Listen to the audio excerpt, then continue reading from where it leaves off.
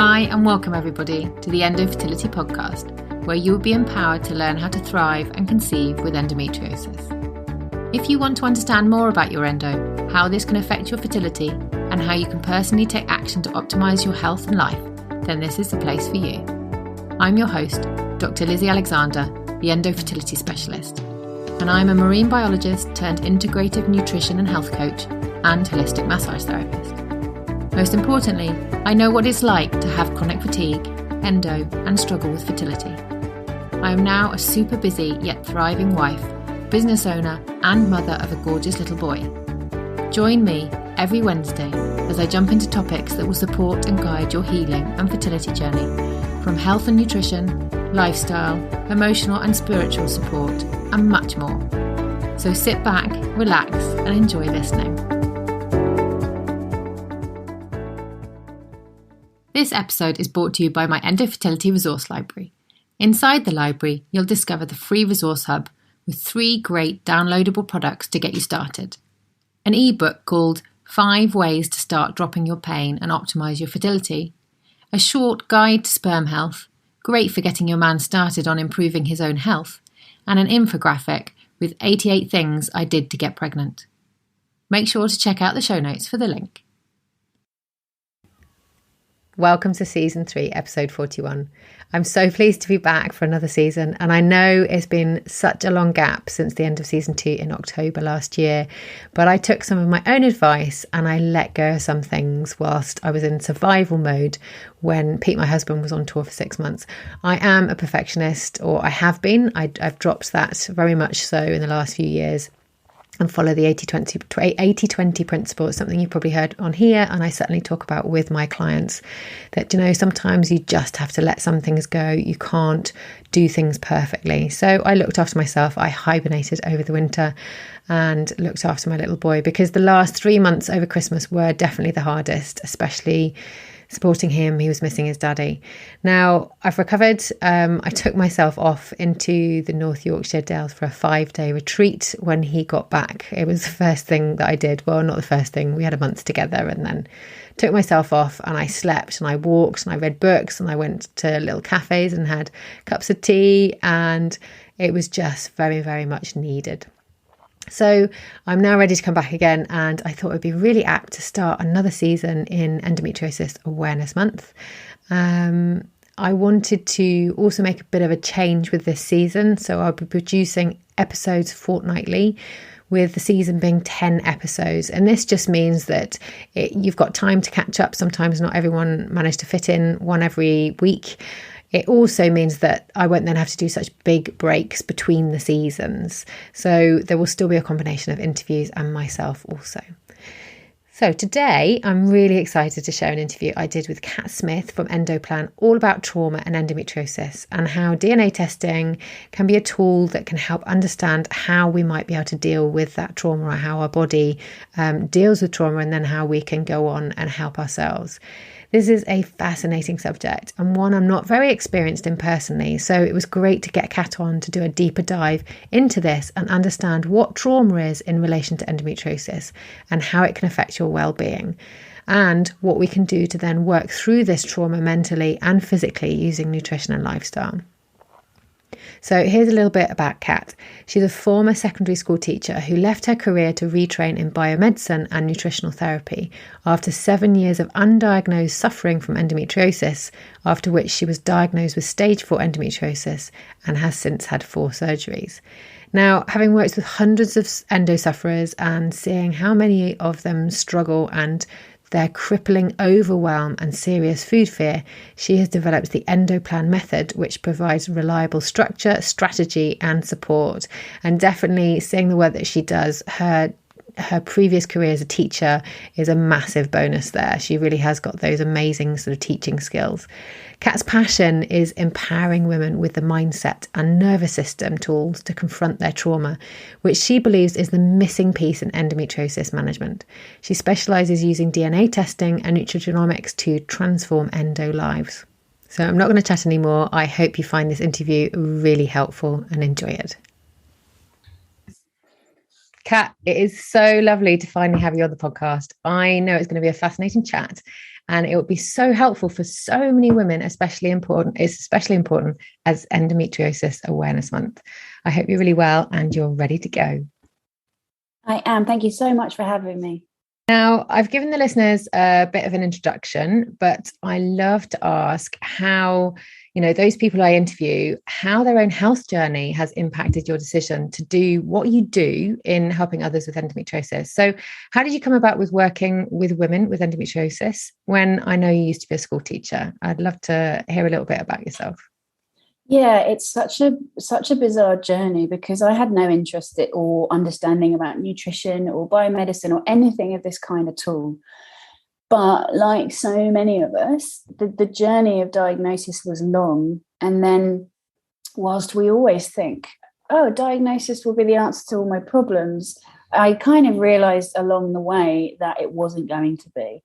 And it took me about 7 years and 4 surgeries to come to the conclusion that probably this wasn't going to be a long-term solution for me. And I was kind of piecing together just about enough information to realize there was a better way of dealing with this. So a different way to incorporate different things, but I didn't know enough to effectively understand and manage. And the penny kind of dropped for me when I went back to uni and started studying nutrition and biomedicine. That really just got me more and more angry that this information wasn't available to everybody else who was in my situation. And that really sowed the seed for me that it needs to be available because so many girls are looking for help and advice and information and getting not very good information. So it just really cemented for me that this is what I'm meant to do. And that's sort of, it all went from there. And now it's a whole business. That is absolutely amazing. And what made you study nutrition? Did you find that you were kind of coming across things, that kind of like made you think actually, or did you try things? People told you things and you tried things and that's what kind of led you to do that? Yeah, I think like so many others, I'd seen so many different therapists and just gone all out searching for somebody who could help me to feel better mentally and physically. And most of it was unhelpful pretty much. But I had stumbled across a couple of people who'd given me some very basic, in hindsight, very basic, but really valuable advice, and made 1 or 2 nutrition interventions, 1 or 2 supplement recommendations, really simple stuff. And that was enough to create quite a lot of change in my body and my mind. And that's what fueled, I think, the whole journey to thinking, wow, well, if I can make this sort of result just from these tiny little things, this must be the route that I need to go down.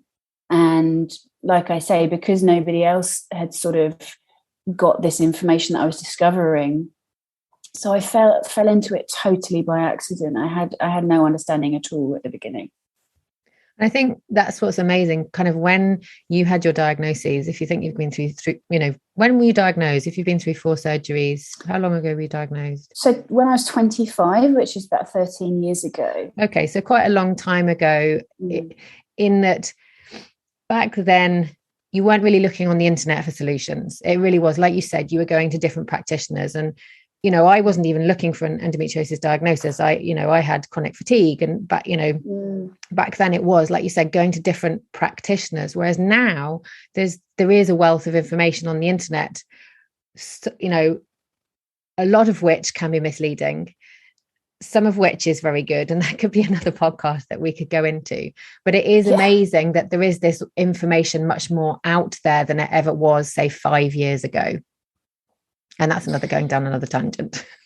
Yeah, it's amazing, but it's also dangerous. And this is the problem, that you're looking, people have the right instinct. They know in their gut, pardon the pun, that they need to go in this direction, and they start to look. And it's a lottery as to whether or not they end up on a seriously restrictive diet, which then creates all kinds of problems, like you say, whole nother conversation, or whether they reach somebody like you and I, or somebody who's really well equipped to deal with and properly manage their endometriosis. And I would say most people wind up down the first route, which is oversimplified, not really qualified, and slightly dangerous advice. Yeah. And like you said, that's another chat.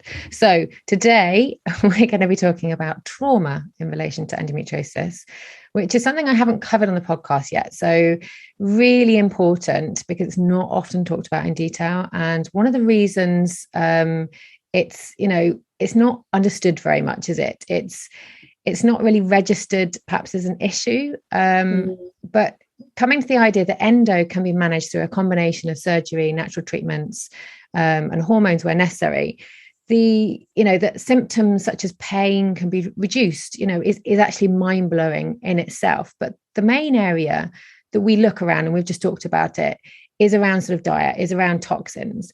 But there are many, many other areas that contribute to this whole endometriosis picture. And I think we're only just touching on the surface, and that there are other sides to this, mindset picture, and trauma is part of that picture.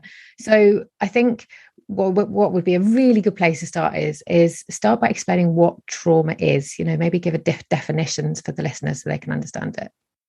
Yeah, I think we're reluctant to use that word unless we use it in reference to, abuse victims or war veterans or people who have endured singular, really horrific events. And what we're now growing to understand in the world of research is that your body doesn't discriminate between those events and any other deeply disturbing events that may be not one-off but may be continuous. So in essence, trauma is not the event. Trauma is what happens to your body as a result of the event.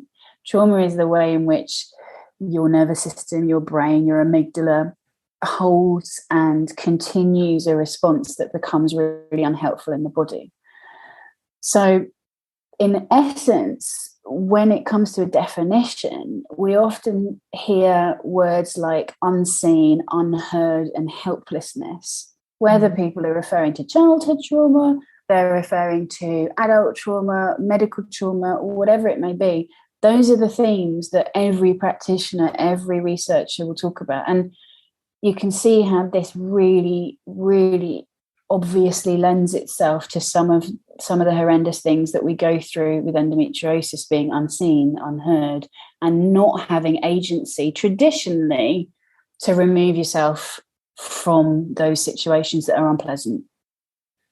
Okay, I think that's a very helpful definition to understand it, and the fact that it's after the event. And like you said, your brain doesn't judge the difference between one type of trauma and another type of trauma. So I think that's really useful to understand that. So now that we understand what we mean by trauma, in what way do women with endometriosis experience trauma? You've touched on it slightly, but it'd be really good to go into a bit more detail. Yeah, so there's so many ways, and this is why I describe it as being a uniquely traumatic disease. And I really believe that, because you've got the kind of the physical trauma, of course, which involves the chronic pain. It may involve surgical intervention. You've got the longer term traumas of having to navigate your fertility potentially.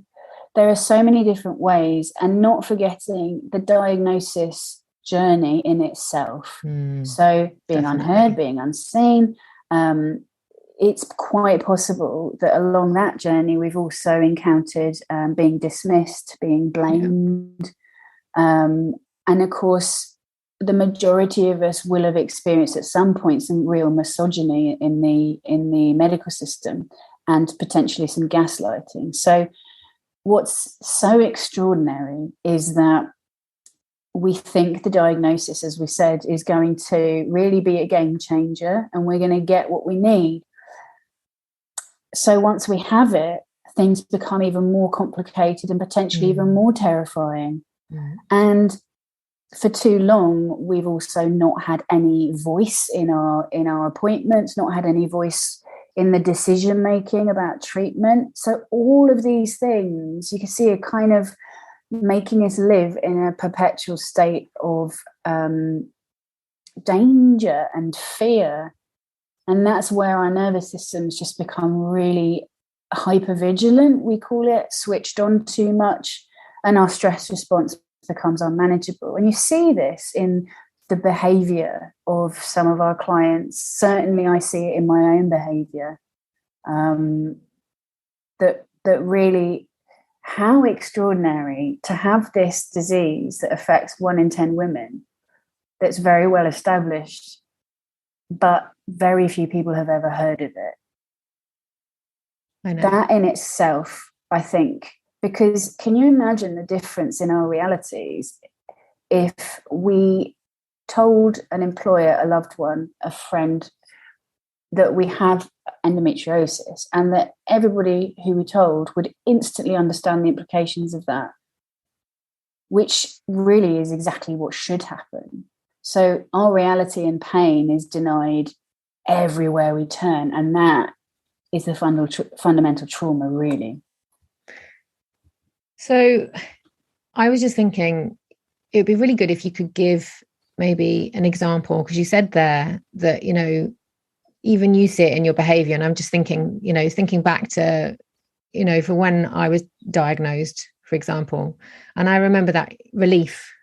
And I remember sitting clearly, and my listeners will have heard me say it before, sitting in the car park afterwards, and I'd not gone with my husband, and just crying my eyes out at being heard, like you said, at being heard, at someone finally giving you that diagnosis. But then realizing not long afterwards, weeks afterwards, because I went straight into my surgery very quickly, 10 days from diagnosis to surgery, you know, because I was leaving the country. And then realizing afterwards that the pain came back. And then this fear of, just like you said, you know, you think the diagnosis is going to be the solution, and it's not necessarily always. You know, and there, for me, there definitely will have been trauma there associated with that stress of thinking everything was going to be okay. And then realizing that smack in the face that, oh my God, 6 weeks later, the pain was back again, and I was going to have to do something else about it. Can you give an example, maybe, where you've noticed that you've had trauma? Me personally, it happened to me the other day, actually. I was talking about this on Instagram. I was on the phone talking to a medical professional who was doing an assessment of me for a particular thing. And I was nervous about it because I know that these things can be triggering for me. And sure enough, the person that I was talking to on the phone cut me off in the middle of an explanation that I was giving about my condition. And when I asked if I could just finish the point that I was making, I was told, no, you can't. You have to listen to the directions that I'm giving you. And I felt my heart beginning to race. I felt tears rising up from my chest that I couldn't control. The panic that set in, I kind of came out in a cold sweat, and my brain was just racing. And this is my body remembering these past situations where I wasn't listened to. And I was kind of overpowered by other people. It perhaps doesn't seem like much of a big deal to other people, but to me, that was the end of the world in that moment. And lots of behaviors, like, I noticed that I'm still, after all this time, really prone to things like compulsive eating. Like, my attachments to other people and to friends can be a little bit tricky, because I think because of the being let down so badly by an institution that was supposed to look after me, but then it became my personal relationship with medical professionals just was so upsetting. Again, it's like a parent figure who doesn't listen to you, who doesn't treat you with respect, who humiliates you. So all of these things, you can see it, and I see it in my clients as well, certain behavior patterns, addictions. Yeah. Thank you. I think that's really helpful, because then people can hear it and kind of understand and relate to what you've gone through. And I'm sorry that you had to go through that, you know, and to be cut off like that. And it's it's awful that you weren't listened to. So I'm sorry that you had to go through that. Well, in the end, I was, because I decided to follow my own advice, and I told the person that I wasn't comfortable in that conversation and that I didn't want to continue it, and I didn't. And this is exactly what I teach my girls: is you have to start being in the driving seat. Yeah, and I think that's excellent advice. Really good. And you mentioned there earlier about, obviously, part of, you know, having endometriosis is many women are struggling to conceive, those that want to get pregnant. You know, that they're the women that I work with, is, you know, you're trying to conceive and you're struggling, and that's another whole area of added, you know, trauma, because often they've gone through unsuccessful cycles, whether they're natural or assisted, and, you know, they might have had miscarriages or losses, and every month, so it's this added on top of it. It's just, I think it's just really important to register and realize and not belittle how people are how you're feeling, you know, you as a listener, how you're feeling, that actually this is significant, and it is going to have a significant effect on your nervous system, which is why I wanted to bring Kat on here to talk about it and kind of make you realize that how you're feeling. And if someone does shut you down when you go to the doctor, that, you know, if you're then feeling like Kat did, you know, and I've had it plenty of times, I go into the doctor and I always feel like I have to literally go blah, blah, blah, blah, and get it all out there, because if I don't, it won't come out, because I feel nervous. I feel really nervous because they're not going to listen past the 5 minutes. And so, yeah, I think everybody deals with that completely differently. So it's just really nice, I think, to hear some of that personal story. So something I'm fascinated to know about from our chats is how trauma then manifests itself in our body. You know, does it make endometriosis worse? How does that happen? You know, does it happen in a certain way? And how much research has gone into this area, or is it something that's completely just not understood? Yeah, there's really hardly anything that's directly relevant in terms of research. There is a little bit that seems to look at trauma and endometriosis, but only in as much as it focuses on things like sexual dysfunction. And so once again, we kind of, it's only relevant if it's to do with our fertility or our sexual function, which is not quite the same thing. There's a little bit of preliminary research into like psychosomatics, and there are some neuroendocrine markers that people look at in association with endo and trauma, but nothing, to my knowledge, in any case, on how trauma perpetuates the disease, which is really what I'm fascinated in and what I'm looking into. There's people seem to be familiar with that research that has been done in trauma as a trigger, a potential trigger for the onset of endometriosis. That's a well-known bit of study. But really nothing formal in terms of what we're talking about. My thoughts on it, my observations, my theory is that it's so obvious that a dysregulated nervous system is going to perpetuate an inflammatory disease because of the cell signaling and the way that alters when we're in sympathetic mode all the time, the way that it suppresses the immune system, the way that it really completely messes up the HPA axis in our stress response. So to me, it's like, why is nobody talking about this in our world, you know, of alternative practitioners? Thank you. And I think that is really helpful. And it's something perhaps I know that I don't necessarily talk about it in the way of trauma. And I know when I talk to clients, I certainly talk about the nervous system, you know, the nervous system being heightened. And that brings in the whole stress picture, which I have talked about on, you know, previous episodes, actually with Dr. Jessica Drummond. And she's a big one. I know you've just interviewed her on your Instagram Live, haven't you? You know, she's a big one for talking about the nervous system and how actually if your nervous system, if you are in the sympathetic nervous system, so if you're in this fight or flight freeze sort of picture rather than sort of in your, you know, calm, that stress really has such a big impact on all sorts, like you've just said, your immune system, and, you know, your gut health, your digestion, your fertility. And so of course trauma is then gonna, it is like, stress, isn't it, in a different form. And maybe that's where, maybe you could explain, is there a difference between trauma and stress? Yeah, so trauma is really the thing that you need to get to in order to regulate the stress response. Right. So the trauma comes from something, an event or a sequence of events. Yeah. Unless we recognize and are willing to look at the fact that the way that we've been treated, perhaps, the way that our journey has unfolded, perhaps, whatever it may be, is really wrong, and that maybe this has contributed to our dis-ease, then we can't change that nervous system response, because trauma is like an internalized reaction to all of these horrible events.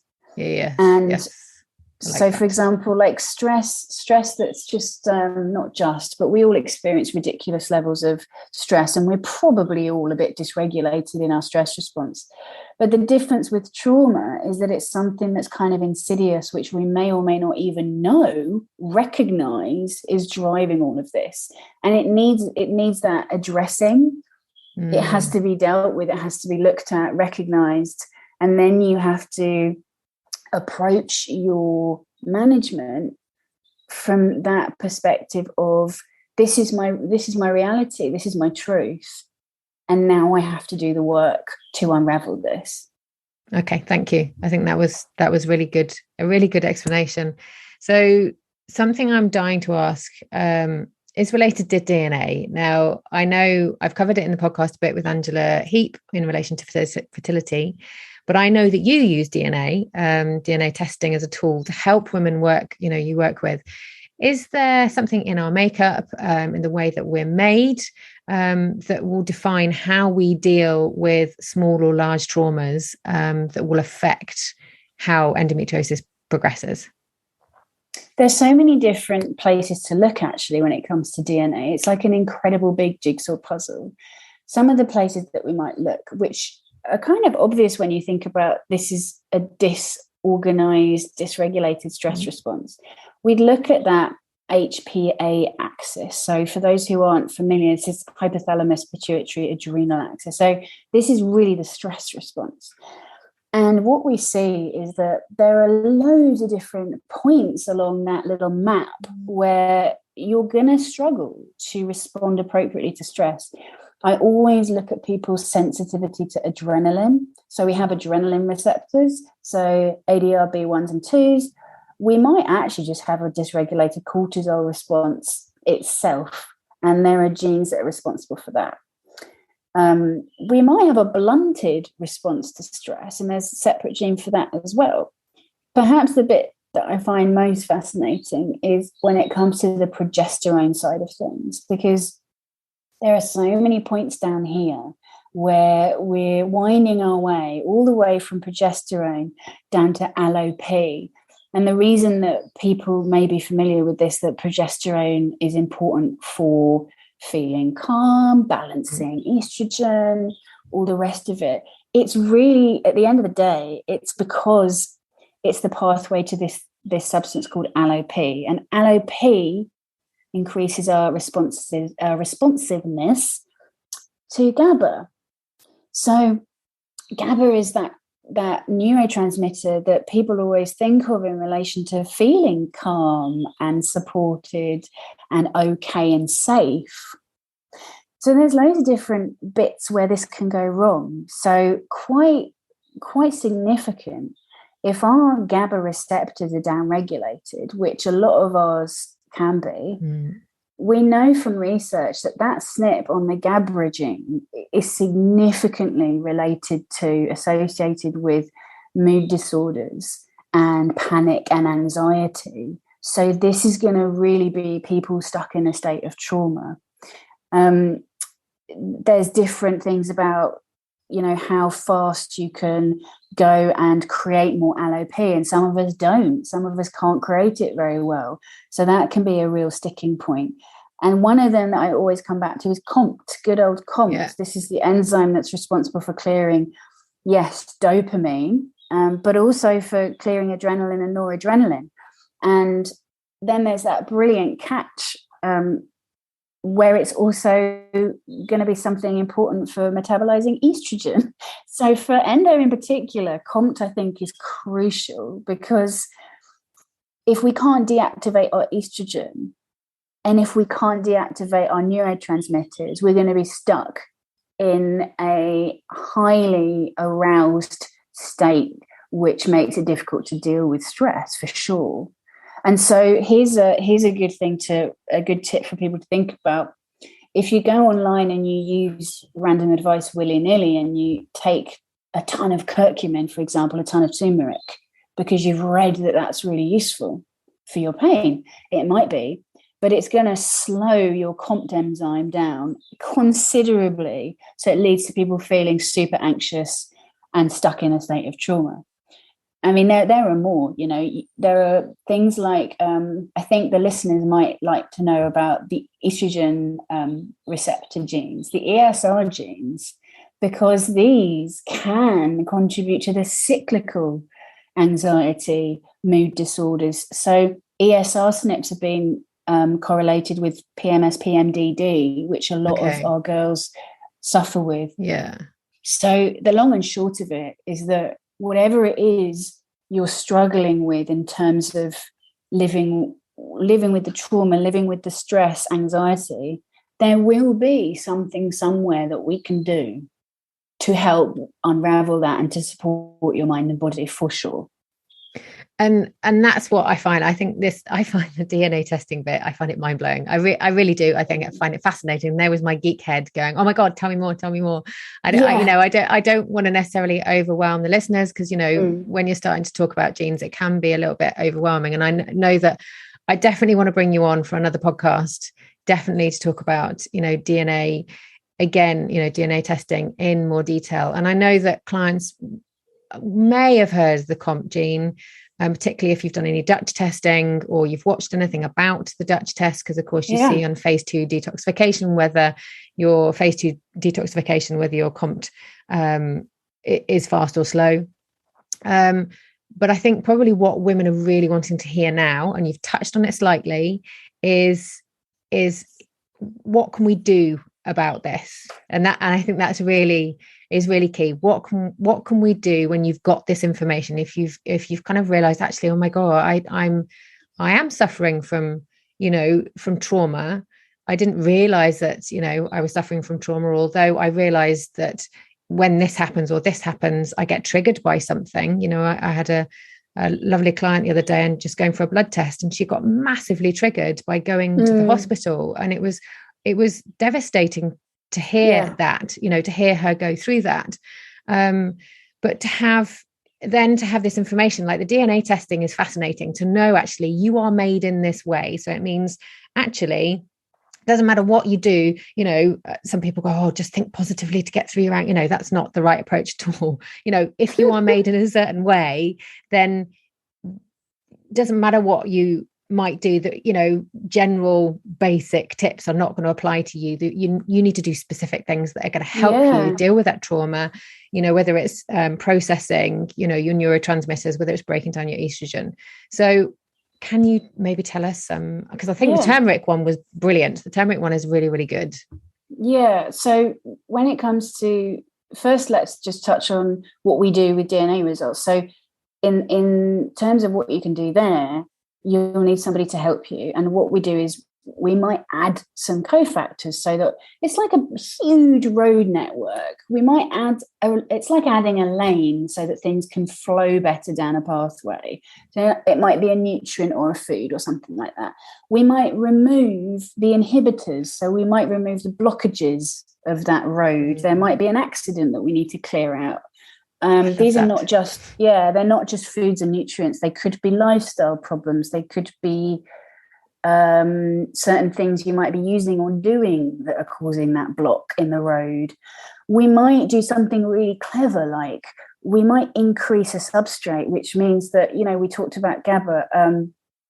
Something that we could do cleverly there would be to keep the GABA hanging around longer so that we don't lose it so soon. That might be a sneaky way of doing it. So DNA wise, there's lots of different interventions that are super, super targeted, but you don't have to use a test like that, of course. So if people are thinking, well, actually, I'm not there at the minute, I don't want to go into all the complicated DNA testing, but I do want to do something. The first thing is to recognize that you're not inadequate. You're not struggling with the way you feel. You're not feeling stuck because it's your fault. You're feeling that way because of what has happened to you, and your body and your mind are doing their very, very best to keep you safe. That's why we're feeling stuck. That's why we feel stuck in that state.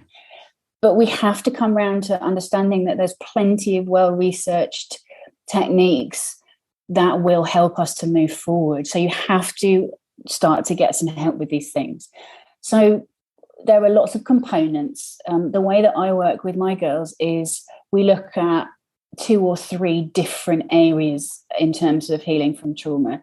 Mindset is not just an airy-fairy word. We examine our boundaries. We examine our core beliefs, whether we're self-sabotaging and why. We reframe thoughts because, neuroplasticity, we can change the way we think about things if we're willing to do the work on it. And then it comes to vagal toning, which is such a hugely important thing. And probably people are wondering, what the hell is vagal toning and why would we bother with this? Well, it's becoming more and more central to nervous system work. The vagus nerve is this huge, ginormous nerve that runs from the brain, intersecting every organ system in the body. So it couldn't be more important. And it's responsible for activating the rest and digest, the parasympathetic nervous system. So if we can exercise it like a muscle and make it super healthy, active, and kick it in whenever we need to, that will take us out of the fight, fright, or freeze response that we often find ourselves stuck in. And you may think, well, how the hell do you influence a nerve like that? It's actually not that hard. There are lots of peculiar little tips and tricks like gargling, singing, and all kinds of other things, millions of things that you can just do for 5 or 10 minutes a day, which will improve your vagal tone, because poor vagal tone is associated with anxiety, depression, and inability to cope with these kind of states of trauma. And then you've got things that are much more well known about, like active stress management techniques, movement, yoga, breathing. They're valuable, and things like heart rate variability as well that are options there too. So there's a whole toolkit for people to work out what works for them. Thank you. And that's fantastic. You've mentioned so many things there, and I think it's really important for people, listeners now, to understand that there is a lot you can do from it. We've talked about what trauma is, how it can be, how you can use then DNA, which is fascinating, to understand how you respond to the trauma. And then we've talked about what you can then do about it. And you can do some of those things, like Kat's just mentioned, at home. Journaling is probably another good one when you talk about actually recognizing those experiences, those traumatic experiences, and how you've been through them, and getting them out of your body. We store them, and sometimes writing them down can be a really effective way. And I certainly do that with my endo fertility clients, in that also going through those fertility traumas as well, added on to that, it can really help get those emotions out. I'm certainly someone who likes to bury them deep inside, and I think writing can really open that up. So that's another tool. So thank you, Kat. I think that really, really helps women to be able to start some of that journey, at home themselves. Although, as you've said, it can be overwhelming. Some people might find this overwhelming, and they want to be able to reach out and work with, the likes of yourself. So before we go on to kind of where people can find you, are there any resources or things that you would like to share with women that they can refer to kind of like help them on this path? Yeah, so there's a couple of books, first of all, because that's the simplest way, isn't it, for people to start understanding this a bit more. So you mentioned Jessica Drummond. So Jessica Drummond's book, Outsmart Endo, is a really concise simple and concise way to start getting acquainted with, yay, mine's upstairs. It's a great resource to begin with, to start identifying where things may be getting stuck for you. I would also highly recommend this book, which I will never stop going on about ever, which is How to Do the Work by Dr. Nicola Pera. You may know her as the holistic psychologist on social media. She has written this book, which is a very, very accessible, relatable, beautiful book about how we heal from trauma of different kinds. And also it does go a little bit into how it affects chronic disease and chronic pain. So I would highly recommend that. And then the Old Faithful book, if you like the nerdy bit and if you want to learn more about what is happening in your body exactly, then I would go to The Body Keeps the Score by Bessel van der Kolk, which is, for me, was the thing that triggered this journey in my practice to specialise in trauma, because it just exploded in my brain and went, oh my God, this is what's happening in endometriosis that nobody's talking about. Also, if people want to use my website, there's a free webinar that I've recently held, but I've recorded it. So if people want to watch that, that's absolutely free to have a look at as well. Brilliant. And I will add those resources you've just mentioned onto the webpage and show notes so that people can refer back to them. Another one that I found I've just started reading, Called the Wild. Is it Called the Wild? I haven't read it, but I haven't read. Well, I'm literally like on the first couple of pages, so it's kind of because this area as well, trauma is an area new to me. It's not something that I sort of know anywhere near what you do. So yeah, I thought I'd start reading in that, and that I know that that's recommended. So why did you want to inspire and help other women, not just yourself? Well, I think we are slow to tell the truth about what we've all been through. I know that everybody's experiences are different, but the majority are pretty horrendous in our diagnosis and treatment journeys. And I just think in a developed society like ours, nobody, regardless of their gender or their marital status or anything else, should have to sacrifice their quality of life because of poor information or misogyny or anything else. And we have to get ourselves educated so that we cannot be brushed aside or dismissed or ignored, because that, to me, is perverse. That's just not okay. It's just immoral and inhumane. So, as I said, when I started to understand things a bit better, the first thing that I thought was, oh my God, everybody needs to know about this immediately. And here we are. Well, I'm so pleased you're here. I'm so pleased with the work, that I'm grateful that I've met you and the work that you have done and continue to do to help other women. Because I think cumulatively, there are so many women that need help out there. And, they need women like you out there to start to open people's eyes. So thank you for the work that you do. Finally, a question that I always ask is, if women are listening to this episode today and can take just one thing away, what would that be? I think it would be to recognize your trauma for what it is and not to downplay everything in your life, because that's what we're conditioned to do. Because if you can confront it and understand what it is, you can start working towards feeling like yourself again. Thank you. I think that's a really good one to finish on. So where can women find and connect with you? People can connect with me through my website, which is endoplan.co.uk. And everybody is really welcome to join my Endo Tribe newsletter for resources, updates, that kind of thing. But I mainly hang out on Instagram. So always a lot of conversations and content going on there. And that's Endoplan_cat. And at the moment, I'm talking a lot about my group course because the doors of it are open for another week. So if anybody wants to have a discussion about where they're going to go next, that's always an option for them. Yeah, and this episode will be airing just in time so that if you do want to, have a look at that, then you definitely can. And Kat has so many amazing posts all the time. So you definitely want to follow her on Instagram. And one thing that I know that you do, and I think is a brilliant thing, and I thought, do you know what, I'm going to come along to this, is you have your book club. You forgot to mention your book club, which I think is brilliant. I think it's a brilliant resource. So tell us a little bit about your book club.